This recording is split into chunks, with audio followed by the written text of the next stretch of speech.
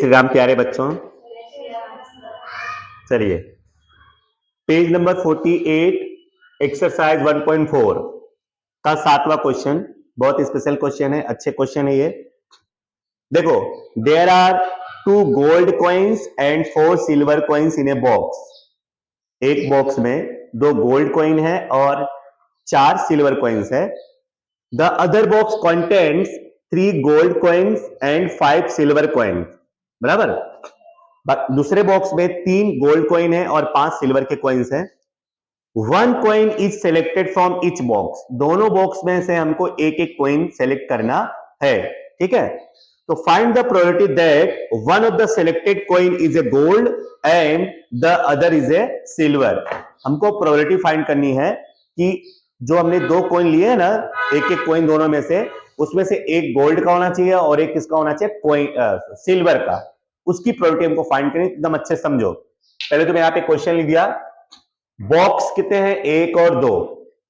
Coin, gold coin, पहले वाले में 2 कॉइन गोल्ड वाला है और सिल्वर वाला कितना है, 4। टोटल कितना हो गया, 6 कॉइन पहले वाले में।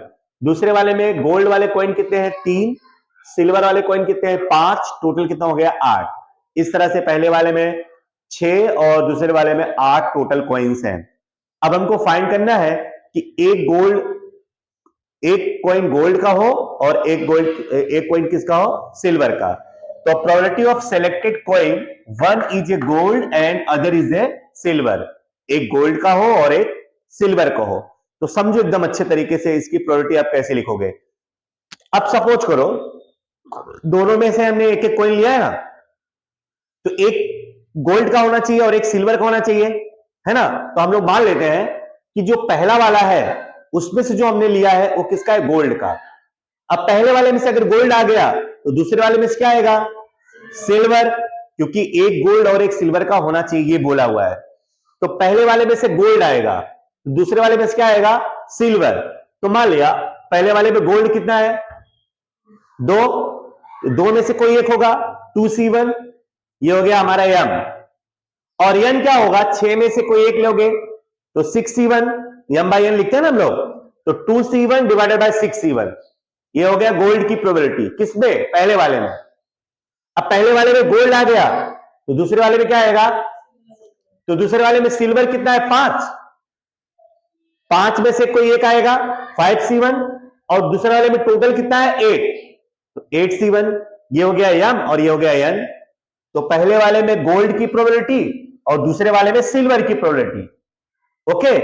या ऐसा भी हो सकता है कि पहले वाले में सिल्वर आ जाए और दूसरे वाले में से गोल्ड आए, क्योंकि इसमें बोला थोड़ी है कि पहले वाले में से गोल्ड और दूसरे वाले से सिल्वर।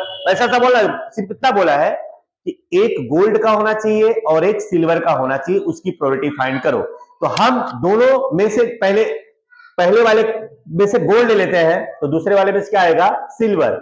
या पहले वाले में से सिल्वर तो दूसरे वाले में से क्या आएगा, गोल्ड। अब देखो पहले में यहां पे गोल्ड लिया, इसलिए 2C1 बाय 6C1, और दूसरे वाले में सब मैंने क्या ले लिया, silver, 5C1 divided by 8C1।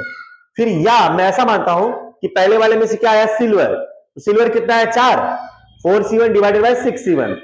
फिर और तो दूसरे वाले में से गोल्ड आएगा, दूसरे वाले में गोल्ड कितना है, 3C1 divided by 8C1। Okay, बस अब सॉल्व करना है।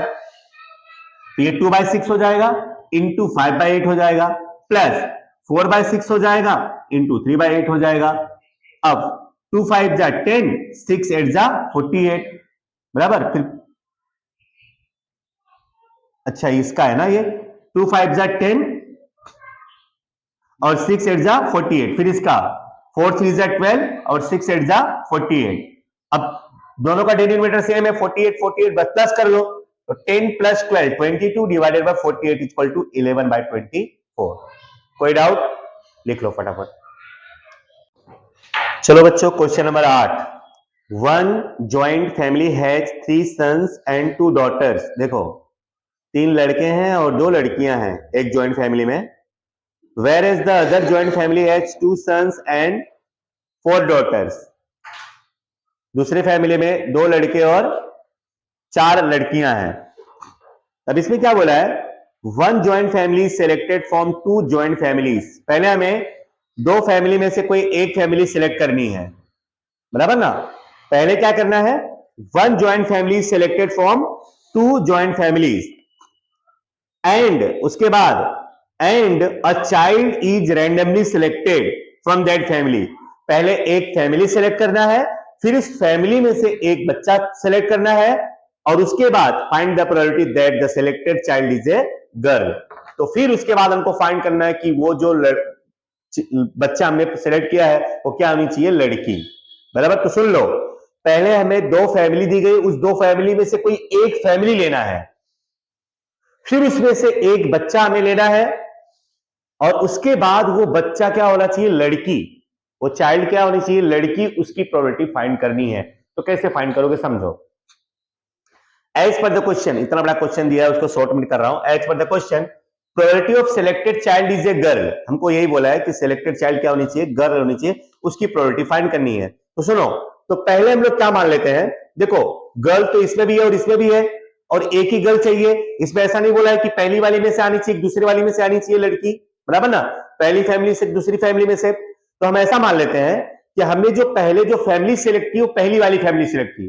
कौन सी वाली फैमिली सिलेक्ट की, पहली। देखो क्योंकि दो फैमिलीज है, उनमें से कोई एक फैमिली हमको लेनी है, तो हम ऐसा मान लेते हैं कि हमने फर्स्ट वाली फैमिली सेलेक्ट की। अब पहली फैमिली सेलेक्ट करोगे, अच्छा दो फैमिली है, पहली फैमिली सेलेक्ट करोगे उसकी प्रोबेबिलिटी क्या होगी, 1/2। दूसरी फैमिली भी सेलेक्ट करोगे उसकी प्रोबेबिलिटी क्या होगी, 1/2। दो है तो 1/2 ही होगा। तो पहली वाली फैमिली पहले मैंने सेलेक्ट किया, तो उसकी प्रोबेबिलिटी क्या होगी, 1/2। First family 1/2। अब पहली फैमिली और उसमें लड़की, कितनी लड़कियां उसमें, दो, 2C1, और टोटल कितने हैं, 5, तो 5C1, बराबर ना। तो अब ये हो गया पहली वाली फैमिली में लड़की की प्रोबेबिलिटी। अब ऐसा हो सकता है कि दूसरी वाली फैमिली हमने सेलेक्ट कर लिया हो, तो प्लस या और आ रहा है ना, तो दूसरी वाली फैमिली सेलेक्ट करने की प्रोबेबिलिटी भी क्या होगा, 1/2 ही होगा, इनटू उसमें गर्ल्स कितनी है, total 4C1 divided by 6C1। मतलब पहली फैमिली उसमें लड़की या दूसरी फैमिली उसमें लड़की, अंडरस्टूड। तो इस तरह से सॉल्व करोगे तो 1/2 2/5 प्लस 1/2 4/6। अब इसको कैंसिल करोगे ना, 2 2 कैंसिल हो गया तो 1/5 प्लस, अब यहां पे 4 है और ये 2 है, तो कितना यहां पे बचेगा, 2, और यहां पे 6 है, तो 2/6 करोगे तो 1/3। तो इस तरह से एलसीएम क्या ले लोगे, 15, 5 3 जा 15, उसके बाद यहां पे आ जाएगा 3 1 जा 3, 5 1 जा 5, बराबर 8/15। कोई डाउट, लिख लो। चलिए बच्चों 1.4 का 9th question, there are 10 ice cream cone in a box of which 3 cones weight less than the specification and the rest of the 7 cones have the specified weight. 2 cones are randomly selected one by one, underline करो one by one with replacement, underline करो 1 by 1 with replacement. मतलब दोनों के दोनों कोण एक साथ नहीं लेने हैं, 1 by 1 लेना है, मतलब पहले एक कोण लेना है फिर उसके बाद एक कोण लेना है, और भी विथ रिप्लेसमेंट। विथ रिप्लेसमेंट और विदाउट रिप्लेसमेंट अगर मैं तुम लोग को थोड़ा सा 11 का याद दिलाऊं, विथ रिप्लेसमेंट मतलब क्या होता है, अगर हमने कोई एक आइटम ले लिया, बराबर, तो दूसरा आइटम सेलेक्ट करने से पहले उसको उसमें मिला देना है, फिर जो लेना है उसको बोलते हैं विथ रिप्लेसमेंट, बराबर ना। पहले हमने मान लो 10 पर्ची है एक बॉक्स में, उसमें से सब नंबर लिखे हैं 1 से 10, हमने एक पर्ची उठा ली, अब दूसरी पर्ची उठानी है ना, तो पहले पहली वाली पर्ची उसमें मिला दो फिर उठाओ, तो उसको बोलते हैं विथ रिप्लेसमेंट।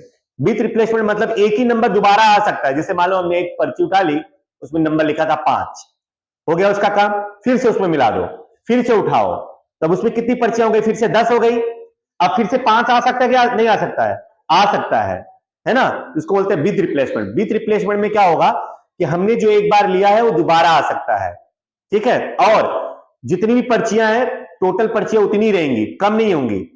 और विदाउट रिप्लेसमेंट में क्या होता है, जैसे हमने एक पर्ची ले ली, 5 आया, अब उसको साइड रख दो, अब दोबारा जब लोगे तो अब कितनी पर्चियां बचेंगी, केवल 9।